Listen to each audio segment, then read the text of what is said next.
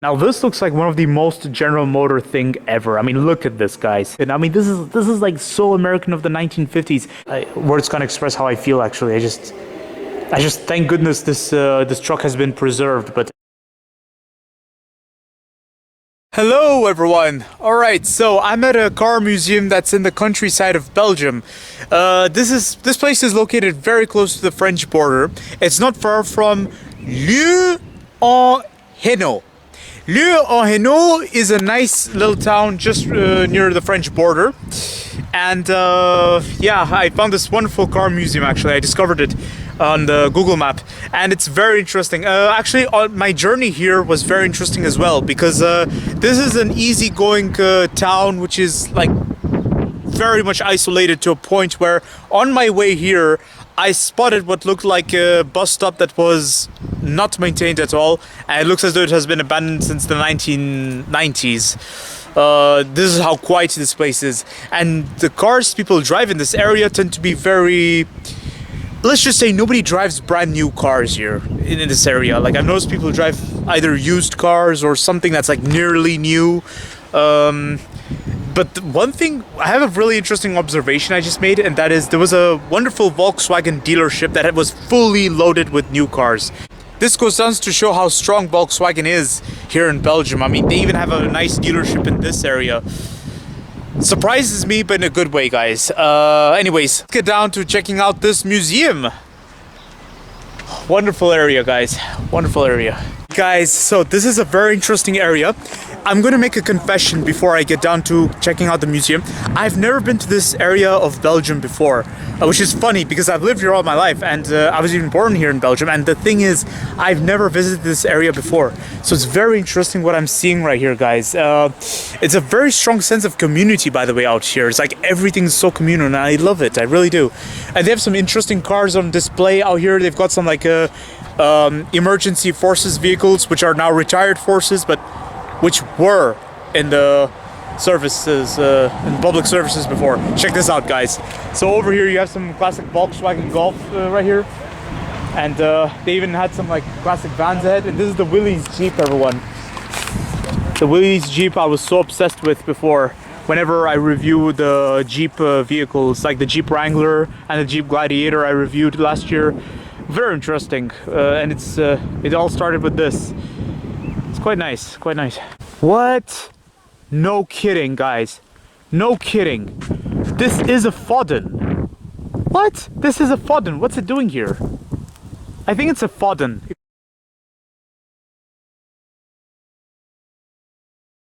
Oh, it used to serve as it used to serve in the fire department of my favorite city, Namur. I love Namur because of its food, but it surprises me. Like, how did it end up here, though?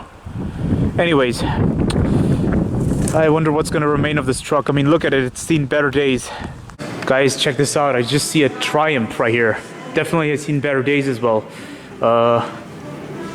Looks good. See, this is what I'm talking about. Typical British coupes. This is the thing I'm talking about whenever I review the MG Mark. They always, the Brits were known for their coupes back in the days. Alright, guys, and over here is a Tempo Matador. Now, when I first saw this, the first thing that came in my mind was the Hanomag. Now, this is, I'm not very certain how to put this history in, how to say it, guys. But what I do know is that these were North German manufacturers, car manufacturers, and they were all situated around the city of Hamburg. And they were known for doing three-wheelers and light utility vehicles. But then eventually something happened to Tempo. They went bankrupt around later in the 20th century. And then Hanomag took control of the production of light utility vehicles of theirs. And then they had a modernized version of the Tempo. Well, it was called also the Tempo Viking, if I'm correct, but this is not the Tempo Viking. The Tempo Viking had a more modernized look. This is the classic Tempo Matador. And then eventually in the 1970s, Mercedes took ownership of Hanomag, and then they built their version of the minibus. But yes, see, it's a complex history, guys. Now, this was released post World War II. So unlike the Volkswagen Transporter, you see this Tempo Matador has suicide doors. So it's very interesting how it go. And it's unlike the Volkswagen Transporter. The Volkswagen Transporter had the engine all the way at the back, and it would control the rear wheels. Whereas this Tempo Matador is a front-wheel drive only. So yeah, it would mean the van version would have a lot of space at the back.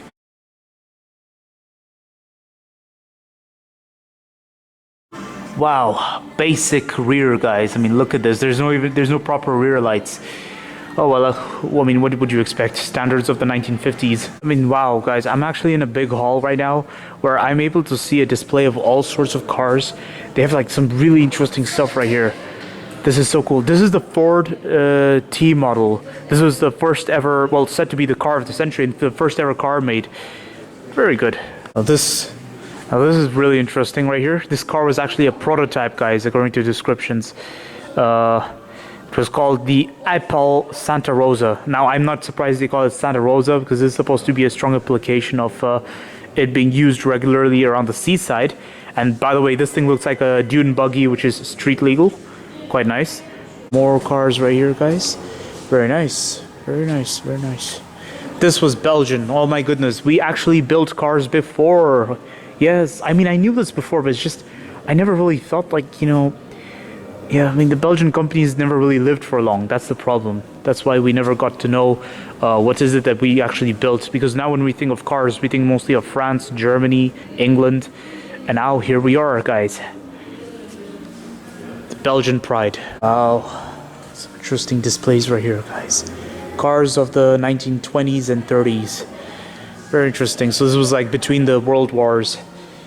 Like right after World War One. And then before World War II. Wow, this one is huge. This is the Minerva, everyone. The Minerva is really interesting. It's Belgian. Apparently, according to the description, Minerva was a Belgian car manufacturer that actually specialized in premium vehicles, and it was said to be more luxurious than Rolls-Royce at its time. So this is something very interesting I just read, guys. But unfortunately, there was a great crash in the late 20s. Just before the 1930s, and that's what led to the undoing of the Minerva. But yes, it's very interesting history right there, guys. I mean, wow, they used to be something really special, and that is quite evident right here. And I just love the wheels. Guys, believe it or not, this is actually a Skoda. Yes, it is a Skoda. Wow. I mean, the kind of design they used to have like this, it reminds me of something Tatra also used to do, because Tatra also had some similarities in this, but they used to build also luxurious cars, from what I know when it comes to Tatra. But when it comes to Skoda, they were mostly stuck to mass market cars. Wow. There's some really interesting stuff right here, guys. So I see an Opel. You'll not believe what I just came across. I came across a 1969 Honda right here, guys. This is an S800 Cabriolet. What? These guys have been here in Belgium already in the 1960s, late 60s. This is so cool. And this is a Datsun right there, guys. That's a Datsun from the 1980s. Wow, okay, this is like some really interesting stuff going on right here. And that's an Alfa Romeo, believe it or not. This Alfa Romeo is really interesting. Looks very interesting, from 1925.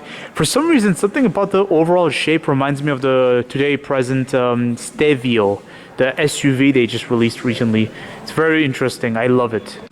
Alrighty guys, this bad boy has seen better days. This is a Jaguar. Looks very, very nice. Now, Jaguars are very interesting cars. Quite premium, luxurious, but they only had one problem, and that is reliability. Reliability was never their best friend, and this looks to be non-surprising with this poor bad boy. Alright, something is very interesting right here, guys. This is a Bentley of the 1940s. This is a 1948 Bentley. So this is like a post-World War era car right here, and it looks very advanced, but then I can imagine how much it would have costed for its era. Very well ahead of its time. But then another thing I would like to remark is that the design of the front looks very English. Like there's something about it that looks a bit typical for every other British car of its era.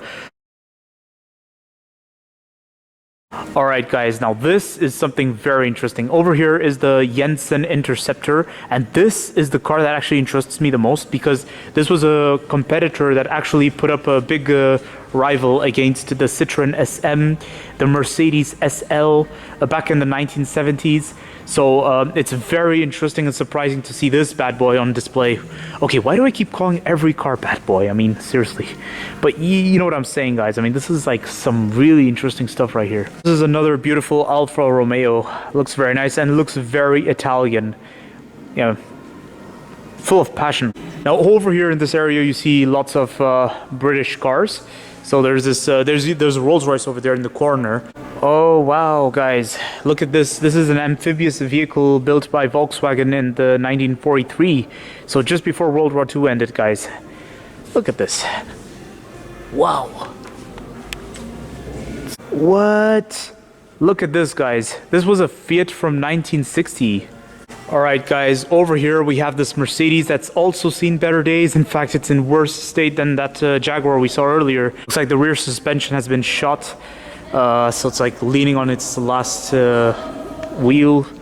And then overall we can say it's seen better days, but hey, it does look as glorious as before. I mean, look at this German style. Look at this. Looks like it's like ready to rock and roll if we just do a bit of maintenance to it. Wow, look at this, guys. 1955 Mercedes SL. Now this is a very interesting year, 1955, because 1955 was the year Citroen released the first ever DS. So quite a coincidence right there, guys. Funny, I just mentioned Citroen DS earlier because this is a Citroen DS, guys. This is the Cabriolet version. Very rare. And then right next to an Opel. The classic Opels I keep referring to. Look at this, guys. This is the Opel Manta. Oh my goodness. It's the Opel Manta. Wow. Guys, this is the model I keep referring to whenever I do car reviews of Opel cars. They look so alike. I mean, look at the front, guys. This is a strong sign of identity. This is what I'm talking about. Now, this is a very interesting French limousine from the 1920s. So again, post-World War I. Just before World War II, so it was between the World Wars, and as you can see, this front wheel has seen better days. In fact, the whole vehicle has seen better days. Panhard and Levasseur. They used to be a luxury car make, but yeah. Wow, I'm trying to understand what exactly happened to this front wheel right here, and for the rest of the works. Do you know why French cars are so comfortable to drive? Look at this gorgeous Peugeot. I mean, look at this. This car is not even a cruise ship or anything, yet it looks very city friendly, but look inside. Look at those seats. They look like something you'd see in a Cadillac. I mean, look at it. It's so cool. I mean, this is so comfortable. That's why French cars are so comfortable. They really give a lot of priority to their seats. But then the rest of the car just looks like a typical city car. I mean, how cute is that? By the way, I love this color. I mean, it really looks awesome. What is this? This looks like a steam train being converted into a car. I mean, look at the front. It's so creative. Wow. Wow. And it's a French brand called Delaunay Belleville. Very interesting and very posh. So over here is a Packard Clipper 8, everyone. This looks like one of the most interesting cars in this museum so far, and it's so cool. I really like the design. Look at those wheels. They look so nice. I really like the overall style. Now, apparently, according to descriptions, this particular Clipper 8 was built for the Archbishop of Mechelen. Mechelen is a little town just outside of Brussels at the north. It was a gift from the Cardinal in New York, guys. So, it's quite nice of a gift right here. I mean, wow. Really nice. Anyways, but apparently, according to the description, the Archbishop never really drove this car much, and it does not even really have much mileage on the clock. It's almost as if it was brand new on the dealer's parking lot, guys. I mean, with only less than 2,000 kilometers on the clock. Wow. It's not very often you see a car in mint condition, guys. And right here is the beauty of the 1970s and 60s. Well, actually, this is from the 1966, and it's a Plymouth, everyone. Look at this. What? Looks gorgeous. Now, this looks like one of the most General Motor thing ever. I mean, look at this, guys. Okay guys, I spotted something very interesting. Over there, I actually thought that was a Buick Roadmaster for a second, because it does look like a Buick Roadmaster. But upon seeing the description, it's actually a Frazer Manhattan convertible sedan. And even more shocking, guys, this is the only Frazer Manhattan convertible present here in Europe. So whatever I'm looking at right now is actually a rare specimen. Okay guys, just admire that front. I'm very certain this was inspired by the Buick Roadmaster, although please excuse me if I'm wrong. But what I have to confess is I love that wheel. I mean, look at this. I love the design of the wheel. I love the design of the front. This is something that looks really, really desirable. I mean, especially for its era. This is from 1949, so coincidentally around the same time when that Bentley was rolled out. That green Bentley we saw earlier. Right, guys, over here is something that looks very American. It's called the Ford Thunderbird. Ooh, that looks very nice. Looks very American. Wow. And just right next to it is the Chevrolet Corvette, the notable bad boy of the 1960s and 70s. I even reviewed one in my other previous reviews. I reviewed a Chevrolet, I think C4 was it, or was it a C6? I'm not sure, guys. I remember it was a Chevrolet Corvette from the 1990s, and I'm not sure what the particular model what's it called, but yeah, it's quite an interesting model, guys. The Chevrolet Corvette. It was supposed to be Chevrolet's iconic sports car, and look at the front badge. Instead of a Chevy badge, you get this. This is something I noticed before as well. Guys, over here is a Lincoln Continental Mark II. Looks very, very interesting, guys. Looks very American. I mean, this is like so American of the 1950s. This is 1952, but no, 1957. My apologies. This is a 1957, guys. Looks very, very modernized. I mean, this is why everyone says the Americans were ahead of time back in the 1950s and 60s. And even the 40s, guys. I mean, look at this. They had safety, they had desirability, they had luxury. I mean, their luxury cars were even more luxurious than European manufacturers. But if you go to North America back in the 1950s, these cars were not even considered luxurious. They were just that cozy because America is huge, and to travel from A to B, it would take long journeys. So therefore, they had to make their cars as comfortable for the driver as possible. And they did a good job, in my opinion. I mean, look at this. Wow, this looks adorable.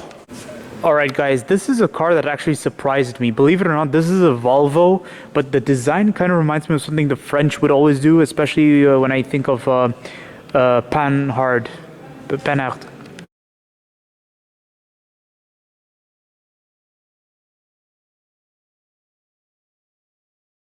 And it does have a seat belt inside. That's the only safety conscious thing they had before. Otherwise, for the rest of the car, it doesn't really look like it's safety conscious. Who said Volvo cared only about safety? Huh? I mean, look at this. It does look cool though, and it looks quite desirable. I mean, wow. Alright guys, so over here is a section of luxury cars. Luxury cars of the past. But let's just take a look at this Dodge. What on earth? I mean, seriously. This Dodge looks huge. Okay, something is very interesting about this DeSoto. This DeSoto is quite nice. I like the design of it, but it appears to have a 3-row seating. I mean, look at this. This is something you expect in a 7-seater. Wow, that's very creative.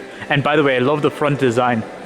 The front grille kind of reminded me of the Buick Roadmaster for a second. Right, guys, over there is the Cadillac Fleetwood. It's very nice. I love the rear of it. Looks quite cool. And in today's standards, this would be like the Mercedes S-Class, guys. I mean, look at this. You've got to admire the wheel design, the interior. Look at this front grille right here. What? Looks gorgeous. Huh, I wonder what's the story behind this bad boy. It looks amazing. Oh, and I forgot to mention, this Cadillac is from 1951, guys. Looks very cozy, by the way. Of all the luxury cars in this room, I have to say I really like this Lincoln right here. I mean, look at this. It's a 1949 Lincoln. And I love the fender skirt it's got at the back. The fender skirt is amazing. Wow. Perhaps not so premium like the Cadillac, but hey, it looks amazing. Guys, so over here is a room full of different classic cars. Opel Capitan, oh my gosh, those were like the real good times of Opel. Wow. All the cars present over here are mainly mass market cars. So none of those cars were meant to be groundbreaking in particular, but they were very, very popular in their times. Now long forgotten, unfortunately. Oh, there's a bugward over here. Huh. I recently came to know about this brand. No way, guys. This is a Citroen. I love this one. This is the Citroen GS. This is amazing. I mean, of all the cars in this room, this has to be my favorite. I really like it. Okay, guys, there's something really interesting right there. This over here is a Mercedes S-Class. What? What's it doing over there? Mercedes S-Class, get out of there. What are you doing in that mess?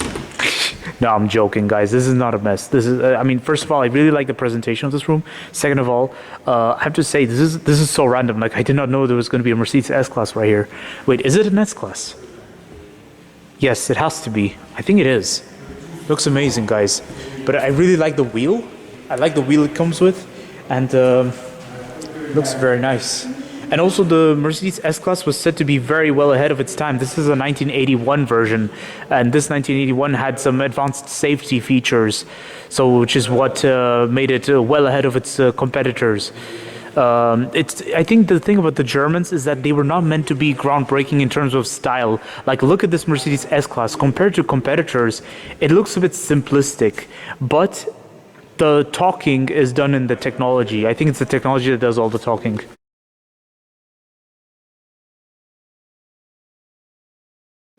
Oh, look, over here is a BMW. Yay, the classic BMWs. I really like the front. I really like the design of it on the side. Looks quite nice. Looks quite nice. Oh, yes, everyone, this is a 1990s Portuguese 4x4 that goes by the name Alter. Looks nice. Looks quite interesting. Oh my god, there's an abomination right next to it. The Smart. Sorry, guys, I just call this thing an abomination because... yeah, let's just say reliability was not its strongest point. But yeah, here in Belgium, they didn't last a very long life, smart cars. But let's just hope in the future they do something great. Otherwise, this is a prototype, but it looks nice, by the way. And then right next to it is a Fiat Uno. The Fiat Uno was better. The classic bicycles and everything. But right here, I saw something really interesting, guys. Look at what I see. Over here is an advertisement truck. Well, according to the description, it's called publicity truck.